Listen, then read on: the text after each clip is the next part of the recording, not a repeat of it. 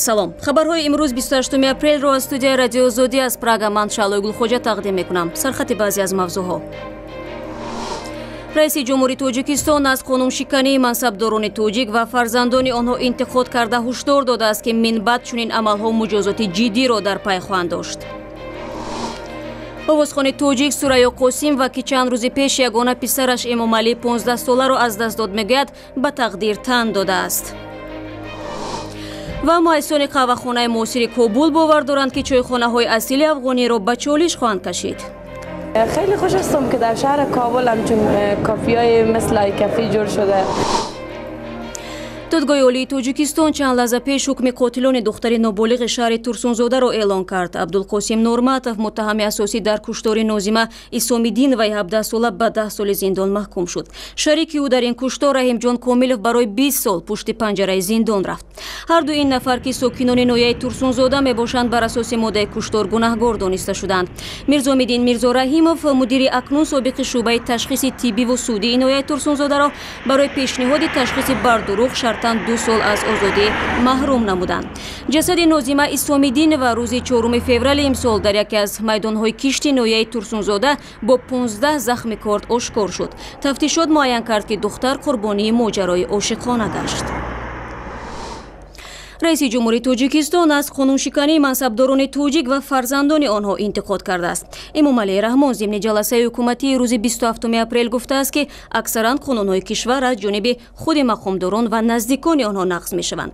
پرزیدنت توجیکستان هشدار داد که من بعد چنین عمل‌ها مجازات جدی را در پی خواهند داشت. شادمانی یتیم موضوع را ادامه می‌دهد. انتقاد رئیس جمهور از منصبداران و نزدیکان خود آنها بود که با تاکید او بیشتر از دیگران از اجرای قانون تنظیم رسم و آیین سرپیچی کرده و معرکه‌های دبدبه‌ناک می‌گذراندند. رئیس جمهور همچنین گفته است محض منصبداران و فرزندان و پیوندان آنها بیشتر قاعده‌های حرکت در راه را نقض کرده با ماشین‌های پرقیمت به دانشگاه‌ها می‌روند و منصبداران مانع این خودسری آنها نمی‌شوند. بنابراین رئیس جمهور دستور داده است در مورد دوباره صادر شدن چنین اعمال از سوی منصبداران و نزدیکان آنها فرزندانشان از دانشگاه خارج شده خودشان نیز از منصب برکنار کرده می‌شوند. در گذشته در تاجیکستان چند صدمه نقلیاتی با شرکت فرزندان منصبدار بلندپایه به مطبوعات راه یافته بود، اما اکثر فرزندان منصبدار بلندپایه از جوابگری در نزد قانون از این گونه کردارهای خود رها یافته بودند. از جمله صدمه‌های با شرکت فرزندان مقامداران تاجیک رخ داده پرسر و صداترین آنها صدمه رسول امان‌الله پسر امان‌الله حکومت‌الله رهبر پیشین اداره راه آهن تاجیکستان در 3 سال پیش بود. در پی این صدمه 3 نفر جان باختند. ماه سپتامبر سال گذشته فراموز سیدов پسر معاون نخست وزیر دولتعلی سیدов با خودروی تمغه تویوتا خویش دچار صدمه شد که باعث مرگ 2 نفر گشت، اما تفتیشات پس از چند اعلان داشت که صدمه نه با عیب راننده بلکه بنابر نقص تکنیکی ماشین تویوتا رخ داده است. همین طریق صدمه نقلیاتی با شرکت پسر ارکین رحمت‌الله زاده سابق مشاور رئیس جمهور و حالا سفیر تاجیکستان در بلژیک و فرزند نصرت‌الله عبدالله سابق رئیس سود عالی تاجیکستان نیز با مرگ پیاده‌گردان به انجام رسیدند، اما عاملان صدمه مجازات نشدند. شادمان یتیم، عبدالله اشوروف، آزادی، دوشنبه. رو می‌آوریم به موضوعهای دیگر. بر اثر ترکش مین در رشت یک جوان 19 ساله از پای چپش محروم شده است. به گفته مقامات محلی احمد قادیرов ساکن دهه کودره 26 اپریل ضمن گشت و گذار در چراگاه اطراف پایش به مینه زیرزمینی برخورده است.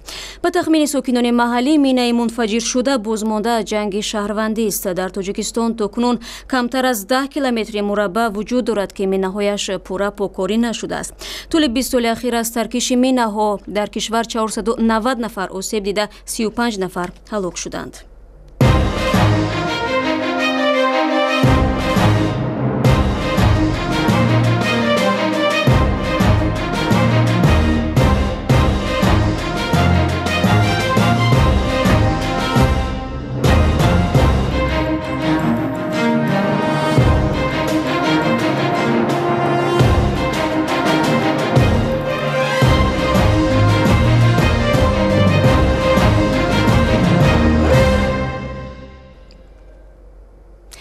барномаро бо гузориши аз Македония идома медиҳем. Як рӯз пас аз ҳамла ба парлумон раиси эттилофи вакилони мардумии Македония аз мулоқот бо президенти ин кишвар Георгий Иванов худдорӣ кард. Зоран Заев дар қатори дигар вакилони мардумӣ мавриди ҳамлаи эътирозгарони зидди Албанӣ қарор гирифта буд ва Иттиҳодияи Аврупо ва Сафорати Амрико дар ин кишвар ҳамлаи хушунатбори рӯзи панҷшанберо маҳкум карданд. Дар ин ҳамла 77 кас аз ҷумла 22 афсари полис маҷрӯҳ шуд. Заев мегӯяд ҳизбе ки дар интихобот шикаст хӯрд бо тамоми нерӯ барои ҳифзи қудрат талош дорад. дар пайи задухӯрде ки рӯзи панҷшанбе дар парлумони Македония рух дод, 9 нафар бо шумули раҳбари мухолифин Зоран Заев захмӣ шуданд.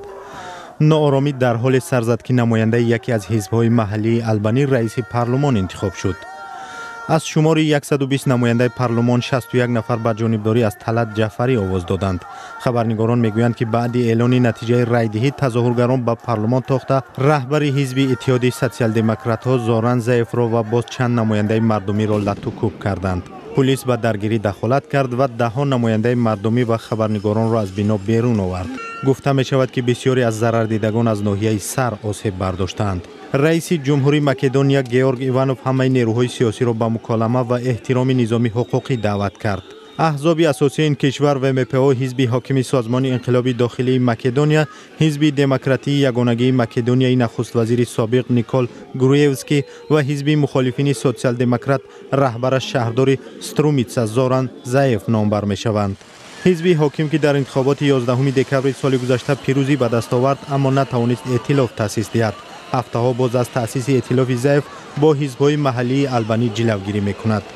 тазоҳургарон аз президент Иванов ки бо вуҷуди пуштибонии қавии парлумон аз Заев ба ӯ ваколат намедиҳад ки ҳукумати навро ташкил кунад, ситоиш мекунанд. аз замони истиқлолияти Македония аз Югославия Ҷафарӣ аввалин албаниест ки раиси парлумон интихоб мешавад. чаҳоряки аҳолии беш аз 2 миллионии Македония решаҳои албанӣ доранд. соли 2001 баъди шӯриши мусаллаҳонаи албаниҳо Македония ба сахтӣ аз як ҷанги шаҳрвандӣ ҷилавгирӣ кард.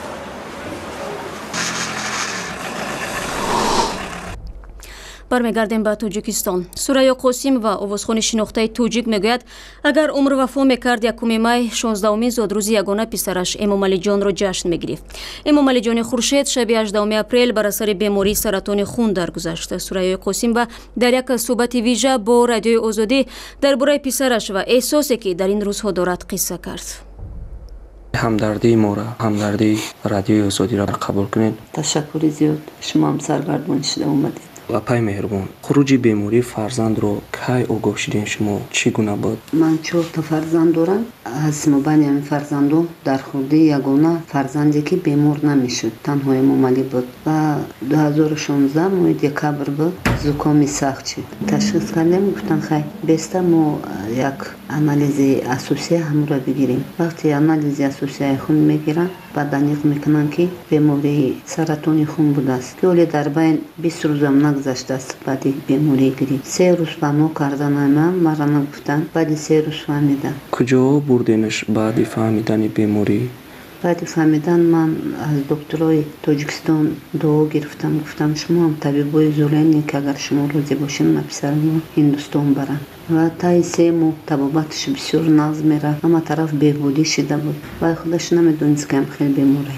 мо вақте химия мекардем мегуфтем хун рехтестем ё ки ягон дорои дигар рехтестем. ине ки и дафъа омадагиш як ҳафтаи на ҷавоб дода будан, омад аз 11 омадан 18 бояд бо мерафтан Ҳиндустон мерафт.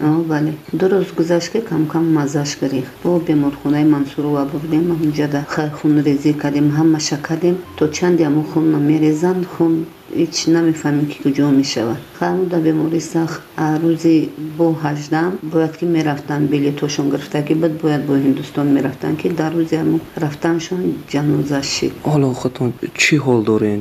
эҳсос ҳамин ки хеле писари меҳрубон буд ки ҳама чиза мекард, фақат очам нафаҳма, очамира нафаҳма. бисёр бачаи ба маданию ба фарҳанг дар 100 сухан як сухан ҷавоб мегардон. ва то лаҳзаи охир 2 дақиқа ҳамагӣ хомӯш шуду, аммо лаҳзада ҷо мешвард. то ҳамчина гап мезад, ҳама тараф хеле худаш раҳ мегашт. бемории ҷогаӣ набуд ки дар بیشتر باشد هیچ کم باور نمیکنه. خدا رحمتی چی آرزوها داشت؟ کی شیدن میخواست؟ ماتماتیک ناز بود، در چندین المپیاد مدال طلا گرفتگی بود. ماتماتیک با زندگی تن میتیم در نزد خداوند چی چاره. مرگ امر حق است، یکی نمیدونی کدوم وقت.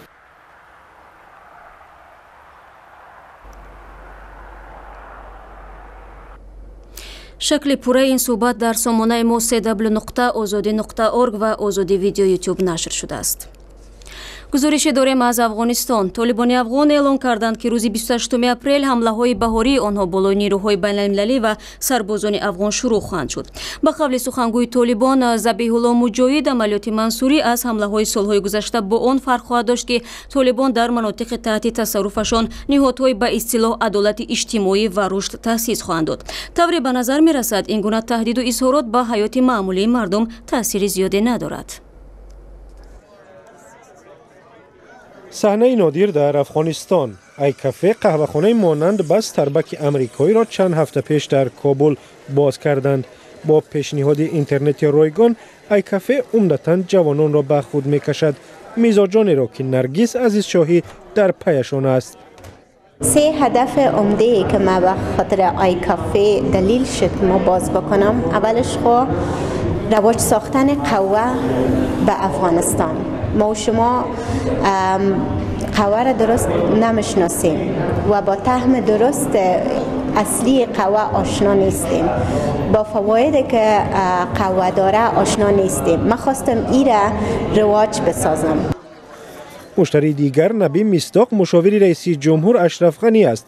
باز کردن قهوه خانه در افغانستان را کار خوب می شمارد.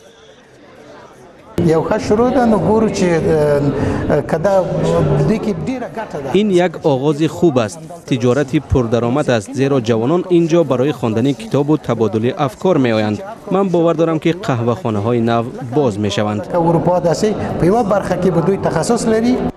فریده بدخشی از آن جوانان افغان است که اینجا مهمان می شود. اینجا یک بر علاوه از اینکه فضای مناسب برای نشستن دارم، ما بعضا با اینجا میایم کنار هم میشینیم، در مورد برنامه‌های ما تصمیم میگیریم و بعضی برنامه‌های ادبی و فرهنگی که داریم مثل شعرخوانی. رواج فروش قهوه در افغانستان وقت میخواهد، زیرا اکثر مردم مثل این زنان در طربخانه در هرات بیشتر بر رقیب قهوه یعنی چای برتری میدهند. بر اساس آمار سال 2012 افغانستان بزرگترین استعمال کننده چای در جهان بوده است. مردم در اینجا در سال 1500 پیاله چای می نوشیدند. اما در کابل این اندیشه وجود دارد که ممکن است قهوه خانه ها تعداد بیشتری زنان را به خود بکشند و نه فقط برای قهوه نوشی. خیلی خوش هستم که در شهر کابل همچون کافی‌های مثل ای کافی جور شده دیگه. اینجا یک جای خیلی خوبی است که خانم‌ها زیادتر میتونن بیان در شهر کابل یا عموما در افغانستان. زیاد جاها برای خانم‌ها اصلا نیست. مشتریان ای کافه هم امیدوارند که در کابل قهوه‌خانه‌های بیشتر پیدا شوند. در تاجیکستان از امام و امام خطیبان دعوت شده است که پسران خود را به ارتش و دخترانشان را به دانشگاه فرستند. حالا در تاجیکستان معرکه جلب جوانان به ارتش جریان دارد و ختم کنندگان مکاتب میانه برای دانشجو شدن به مرکز ملی تست حجت میسپرند. مسئولان کمیته دین گفتند که هنوز به نظر میرسد بعضی از روحانیان مانع تحصیل دخترانشان میشوند. تصویب کمیته یک گروه مخصوصی کاری تشکیل شد، به شهر نویا سفربر شد به خاطر گذراندن ساعت‌های آموزشی با کارمندان ساحه و در دایره همین بحثا البته تاکید کردن که وقتی امام خطیب سخن میگوید پیش از همه باید خودش نمونه باشد. وقتی جامعه رو با آموختن علم ترقی میکند پیش از همه باید فرزندان خودش مثلا به علم آموزی زیادتر توجه و رغبت داشته باشند و از جمله خدمت در صف قوای مسلح نیست. طبق پژوهش سازمان ملل متحد نیز 30% دختران توجیک بعد از ختم صنف نهم تحصیل را دوام نمیدهند که آن مربوط به کمبیزایتی و مذهبی بودن جامعه بوده است. در تاجیکستان تقریبا 4000 امام و امام خطیب فعالیت میکند و امام خطیبان در تاجیکستان از جانب دولت معاش میگیرند و چند سال اخیر حکومت تلاش دارد تا آنها ترغیبگران سیاست دولت باشند.